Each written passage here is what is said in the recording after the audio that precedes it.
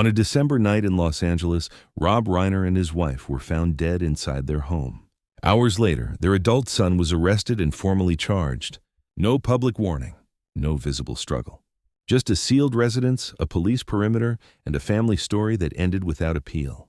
What immediately separated this case from countless others was simple and unsettling. There was no intruder, no robbery, no outside suspect identified at the scene. The investigation pointed inward, not outward. When a tragedy has a suspect but no clear explanation, where does the truth actually stop? This channel follows stories where the public record is incomplete by design. What comes next is not a theory, but a reconstruction of what is known and what remains deliberately unspoken. To the public, Rob Reiner represented continuity and reliability. For decades, his name signaled a certain moral steadiness, work shaped by character-driven storytelling, professional discipline, and long-standing relationships inside Hollywood. He was widely perceived as someone who valued order over chaos, structure over impulse. That perception matters because it frames why the events that followed resisted easy explanation. Away from the screen, the Reiner household was largely absent from tabloid culture. Unlike many high-profile families, there were few public disputes, no ongoing court battles, and no steady drip of personal disclosures. The family's private life remained mostly private by design. When information did surface, it tended to be limited to professional milestones, charitable involvement, or carefully managed public appearances. This relative silence created a strong contrast between the image audiences recognized and the opacity that surrounded the family's internal dynamics. That contrast is critical. In cases involving public figures, audiences often search backward for obvious warning signs, statements, scandals, or patterns that might retroactively explain a collapse. Here, the record offered little of that. What existed instead were fragments, professional commitments, intermittent family collaborations, and occasional interviews that revealed warmth without revealing tension. None of it formed a clear narrative of impending disaster. The absence of a visible buildup became part of the story itself. The case drew immediate attention not simply because of who was involved, but because it resisted the familiar frames typically applied to celebrity tragedy. There was no external antagonist that could be easily named, no public feud that could be traced forward, no singular incident that clearly marked a turning point in the public record. The story unfolded inside a space that had rarely been open to outside scrutiny, leaving investigators, journalists, and the public working from partial information. As authorities began their work, the gap between public identity and private reality widened. Statements were measured. Details were limited. Certain records were not released. This restraint, while procedurally routine, intensified public uncertainty. In the absence of definitive explanations, speculation flourished, often unchecked, often inaccurate. Yet the official record remained narrow, emphasizing process over narrative and caution over interpretation.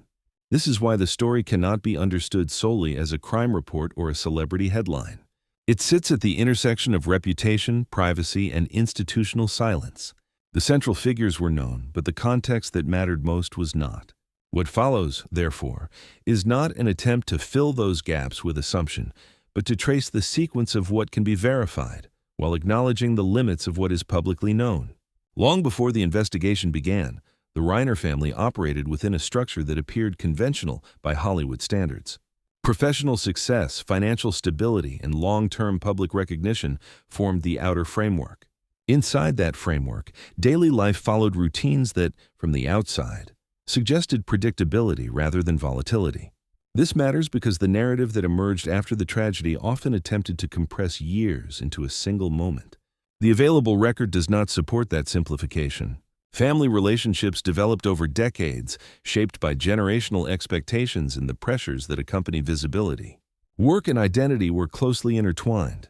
Professional collaboration occasionally overlapped with family life, blurring lines that, in other households, might remain distinct.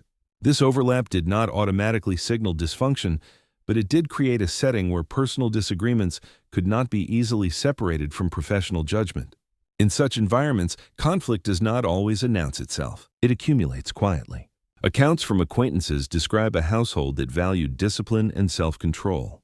Emotional displays were not a defining feature of the family's public interactions. Disputes, when they occurred, were rarely aired in social settings. This restraint contributed to the perception of stability. but it also meant that internal strain, if present, would have been difficult for outsiders to detect. Stability, in this context, was as much about containment as it was about harmony. The adult years of the children introduced a different dynamic. Independence brought distance, and distance altered communication patterns. Expectations that once flowed in one direction became more complex. Parents accustomed to authority had to renegotiate boundaries. Children navigating adulthood faced the challenge of defining themselves without severing ties. These transitions are common, but they carry particular weight in families where public identity is fixed and widely recognized. There is evidence, reported cautiously by credible outlets, that disagreements occurred during this period. The nature of those disagreements has not been fully disclosed, and their frequency remains unclear. What can be said with confidence is that they did not manifest as public disputes or legal actions. They remained contained within private spaces, discussed selectively, and often reframed as temporary rather than structural. This framing would later complicate efforts to reconstruct intent and escalation. Mental and emotional health, where referenced, appears in the public record only in general terms. No comprehensive diagnoses have been released. No definitive timelines have been established. What exists are indirect references, mentions of concern, of attempts to address issues, of conversations that did not produce resolution. These references are important, not because they explain outcomes, but because they illustrate how uncertainty existed well before the final event, even if it was not publicly acknowledged. The family's ability to maintain outward normalcy relied heavily on compartmentalization. Professional obligations continued. Social appearances were managed. Communication with the press remained minimal. In effect, the household functioned as a closed system, responsive to external demands while insulating internal dynamics. Such systems can remain intact for long periods, particularly when resources allow problems to be addressed privately rather than publicly. By the time tensions reportedly intensified, there was still no indication that the situation had reached a critical threshold. No emergency interventions were recorded. No protective orders were sought. No public statements suggested fear of imminent harm. The absence of these markers would later become a focal point for both public confusion and investigative caution. Without them, causality could not be easily inferred. This chapter of the story is defined less by action than by accumulation. Patterns formed gradually, shaped by routine decisions and unresolved disagreements. The absence of visible rupture does not imply the absence of strain. It indicates that whatever strain existed had not yet breached the boundaries of privacy. Understanding this foundation is essential because it underscores a central tension of the case. The most consequential dynamics unfolded in spaces that were not documented in real time. The period leading up to the tragedy is marked by a shift that is subtle in the public record, but consequential in retrospect. What had long been contained within private boundaries began to surface in limited, indirect ways. Not through public confrontation or legal filings, but through changes in behavior reported after the fact by those who had proximity to the family. These accounts do not describe a single breaking point. They describe movement, gradual, uneven, and difficult to interpret in real time. Communication patterns appear to have changed first. Conversations that once de-escalated tension no longer produced resolution. Disagreements lingered longer. Attempts to restore normalcy became less effective. This stage is important because it represents a common inflection point in family conflict, the moment when familiar tools stop working, but no alternative structure has replaced them. In such moments, uncertainty increases and interpretation begins to diverge. Some reports reference expressions of concern raised within the family. These references are careful and unspecific, reflecting both legal sensitivity and the limits of what has been confirmed. They do not establish intent or predict outcome. They indicate awareness, an acknowledgement that something was not aligning as it once had. The distinction matters. Awareness does not equate to inevitability, and concern does not equate to expectation. The escalation phase is also where external interpretation often distorts internal reality. Observers, looking backward, search for statements or actions that can be labeled as warnings. Yet many of the details cited after the tragedy were not treated as urgent at the time they occurred. They were absorbed into the background of everyday life, contextualized as temporary or manageable. This is not unusual. Most families interpret tension through the lens of continuity, assuming that what has always stabilized the situation will continue to do so. What complicates this phase is the lack of contemporaneous documentation. There are no recordings, no written timelines released to the public, no detailed accounts created before the event. The story is reconstructed from memory, filtered through shock and legal constraint. As a result, certainty becomes fragmented. What one person recalls as a warning, another recalls as frustration. What one describes as escalation, another remembers as a return to normalcy shortly afterward. Professional obligations continued during this period, reinforcing the appearance of stability. Schedules were maintained. Commitments were honored. Public presence did not change dramatically. This continuity had a dual effect. It reassured those outside the family, while also delaying external intervention. When life appears to be moving forward, concern rarely triggers decisive action. Momentum becomes its own form of insulation. There are also indications that attempts were made to address underlying issues through conversation rather than confrontation. This approach aligns with the family's long-standing preference for containment. Problems were discussed, not broadcast. Solutions were sought privately, not imposed publicly. Such strategies can be effective in many cases, but they depend on a shared understanding of risk.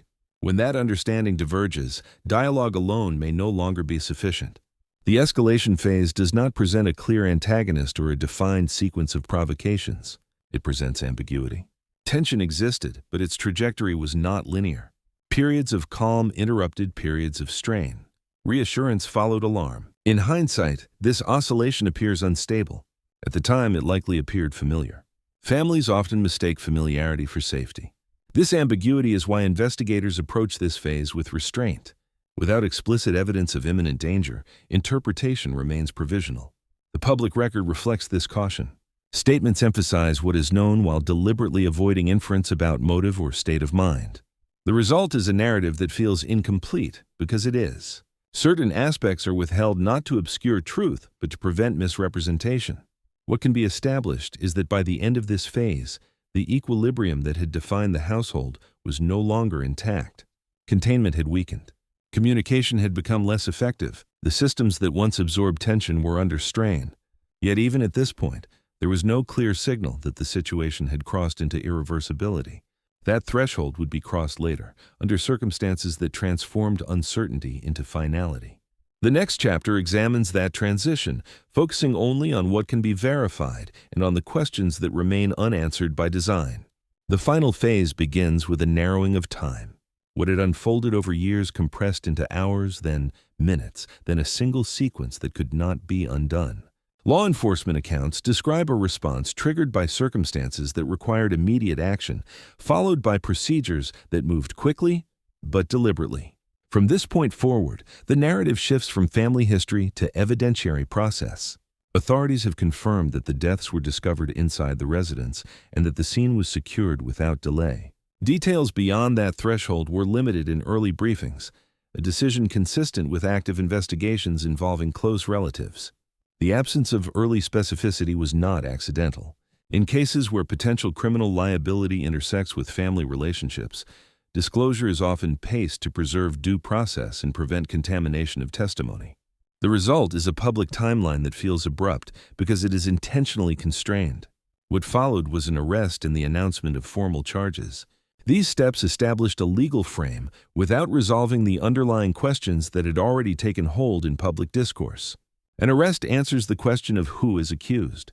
It does not answer why events unfolded as they did. Prosecutors, bound by evidentiary standards, emphasized allegations rather than narrative. Their language was precise, procedural, and notably restrained. From that moment, the case entered a different jurisdiction, not only the courts, but the collective imagination. The same facts were read in divergent ways. Some interpreted speed as certainty. Others saw caution as omission. Both readings overlooked a fundamental reality of criminal proceedings. Clarity is rarely immediate, and silence often reflects obligation rather than concealment. Certain records were sealed. Certain statements were deferred. These decisions created a vacuum.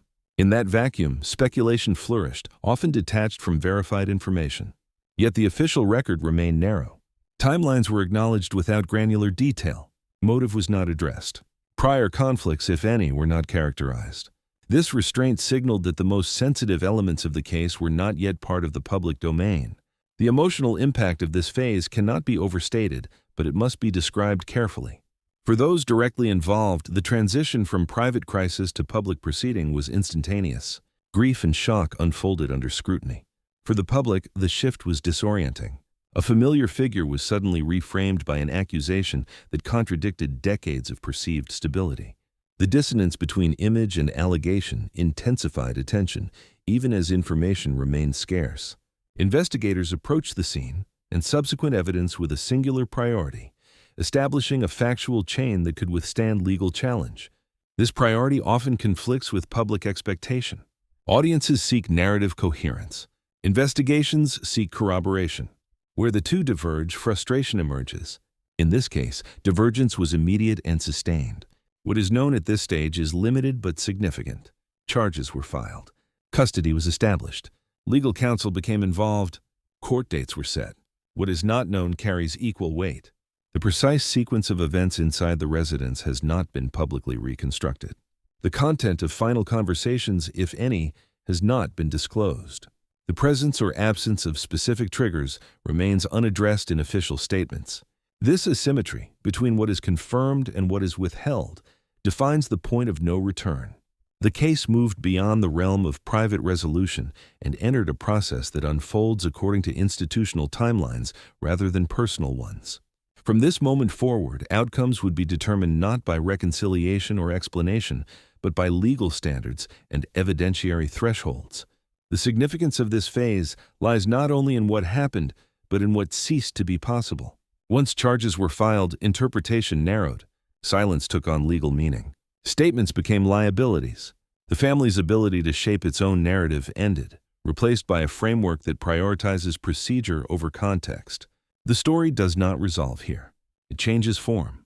The next chapter examines what followed immediately after: the public response, the professional reverberations, and the ways in which institutions and communities responded to a tragedy that resisted simple classification. Once the legal process moved into view, the effects radiated outward with speed.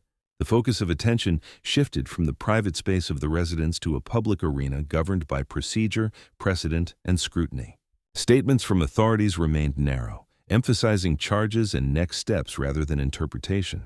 This restraint, while standard, left much of the emotional and contextual ground unaddressed. Into that gap flowed reaction. Public response formed along predictable lines. Initial shock gave way to polarized certainty, even in the absence of new information. Some assumed that the presence of charges implied clarity. Others emphasized the presumption of innocence and warned against narrative shortcuts. Both positions drew confidence from partial facts. Neither could resolve the central uncertainty: how a family long perceived as stable arrived at a criminal proceeding involving its own members. Within Hollywood, the response was cautious and fragmented. Tributes acknowledged a career and a legacy without engaging the circumstances of the deaths. Professional organizations and colleagues opted for language that honored work while avoiding commentary on the case itself. This separation was deliberate. In an industry acutely aware of legal exposure, silence often functions as both respect and self-protection. The result was a public mourning that felt incomplete, marked by what was said and by what was carefully omitted. Media coverage followed a similar pattern. Headlines emphasized confirmed developments, arrest, charges, court scheduling, while editorials speculated about broader implications. The distinction between reporting and interpretation blurred quickly. Yet the most consequential decisions were made away from cameras. Legal teams began assembling. Family representatives limited contact. Requests for privacy were issued, then largely ignored. The speed of circulation outpaced the speed of verification. For those closest to the case, the transition was abrupt. Private grief became public subject matter. Routine actions acquired symbolic weight. Silence was interpreted as strategy. Every appearance or absence was read for meaning. In this environment, restraint can be mistaken for evasion and caution for concealment. The pressure to respond collided with the obligation not to prejudice proceedings. Institutional processes advanced methodically. Court filings established procedural landmarks without revealing substantive detail. Hearings addressed custody and scheduling rather than evidence. The case began to assume a rhythm dictated by calendars and statutes, not by emotional resolution. This rhythm often frustrates observers, but it serves a specific purpose: to separate outcome from outrage. The broader cultural response revealed a recurring tension in high-profile cases. Audiences seek coherence. They want to understand not only what happened, but how it could happen. When answers are delayed, substitute explanations emerge. Past statements are reinterpreted. Ordinary behaviors are recast as signals. The narrative expands even as the evidentiary record remains fixed. This expansion carries consequences. Reputations are reassessed. Relationships are re-examined. The past is reorganized around the present event. In such moments, restraint becomes difficult to maintain, particularly when the individuals involved are widely known. Yet restraint is precisely what the legal process demands. The difference between allegation and proof is not rhetorical, it is foundational. The immediate fallout thus unfolded on two tracks. One was procedural, advancing through filings and hearings with deliberate pace. The other was cultural, accelerating through commentary and conjecture. These tracks rarely align. Their divergence created a sense of dissonance that persisted, reinforcing the perception that something essential remained out of reach. As time passed, attention did not resolve the uncertainty. It intensified it. Each new procedural step confirmed the seriousness of the case without illuminating its core. The tragedy became defined less by new information than by the absence of it. Silence, once a protective boundary, became a source of pressure.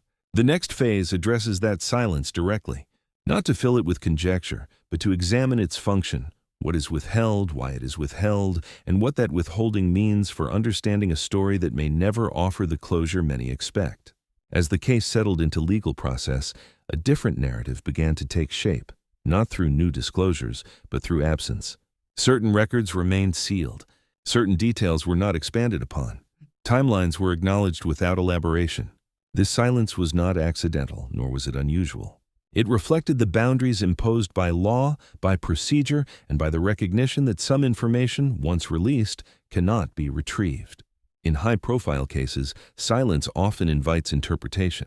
Viewers assume that what is withheld must be revelatory. In reality, withholding more often serves a narrower purpose, protecting the integrity of proceedings and the rights of those involved. This distinction rarely satisfies public curiosity. It does, however, define the limits of what can be responsibly known. In this case, those limits were reached quickly and held firmly. The unanswered layer includes questions that may never be publicly resolved. The precise sequence of events inside the residence has not been reconstructed in detail. The content of final interactions, if any occurred, has not been disclosed. The internal reasoning behind actions alleged by prosecutors has not been articulated beyond formal charges. These gaps are not oversights. They are structural features of a process that prioritizes proof over narrative. For the family, this silence carries a different weight. Private grief unfolds without the relief of explanation. Public perception forms without access to context. Every withheld detail becomes a space where speculation can take root, even as those closest to the truth are constrained from responding. The cost of this asymmetry is borne unevenly, but it is real. From a broader perspective, the unanswered layer exposes a recurring tension between public interest and personal boundary. The individuals involved are known, but the most consequential aspects of the story remain inaccessible. This tension challenges the assumption that visibility guarantees understanding. Fame provides exposure, not clarity. In moments of crisis, it may even obscure it. What remains then is not a solution but a condition. The case exists in a suspended state, defined by process rather than revelation. Outcomes will eventually be reached in court, but those outcomes may address only narrow questions of responsibility. They may not resolve the deeper uncertainties that continue to draw attention. This unresolved quality is not a failure of reporting or investigation. It is a reflection of reality. Not every tragedy yields a narrative that satisfies curiosity or restores balance. Some stories conclude with verdicts, but without closure. Others never fully conclude at all. Understanding this does not diminish the gravity of what occurred. It reframes it. The absence of answers becomes part of the story, not as an invitation to speculate, but as a reminder of the limits of public knowledge. In this case, those limits are not incidental. They are central. What remains after the headlines fade is not clarity, but consequence. A family lost its center. A public figure was reduced to a name in a case file, and a story that many expected to resolve into motive or meaning instead settled into procedure and silence. The legal process will continue, measured and constrained, addressing specific questions of responsibility. It may deliver a verdict. It may establish facts. It will not reconstruct everything that was lost. This is the quiet reality behind many tragedies that unfold in public view. The presence of charges does not guarantee understanding. The existence of records does not ensure access. And time, which is often expected to explain, sometimes only confirms what cannot be known. In this case, the distance between public identity and private reality never fully closed. It widened, leaving behind a narrative shaped as much by what was withheld as by what was confirmed. The temptation in moments like this is to force coherence where none exists, to assign motive prematurely, to turn absence into implication. But restraint matters, not because it protects institutions, but because it respects the boundary between verified fact and irreversible assumption. Once crossed, that boundary cannot be restored. This story does not end with resolution. It ends with recognition that some events resist narrative completion and that understanding has limits even in an age of constant exposure. The unanswered elements are not gaps to be filled, but conditions to be acknowledged. If this kind of careful, evidence-bound storytelling matters to you, you can support the work by following the channel. Not for answers that cannot yet be given, but for stories examined with discipline, context, and respect for what remains unspoken. The case will move forward. The questions may not.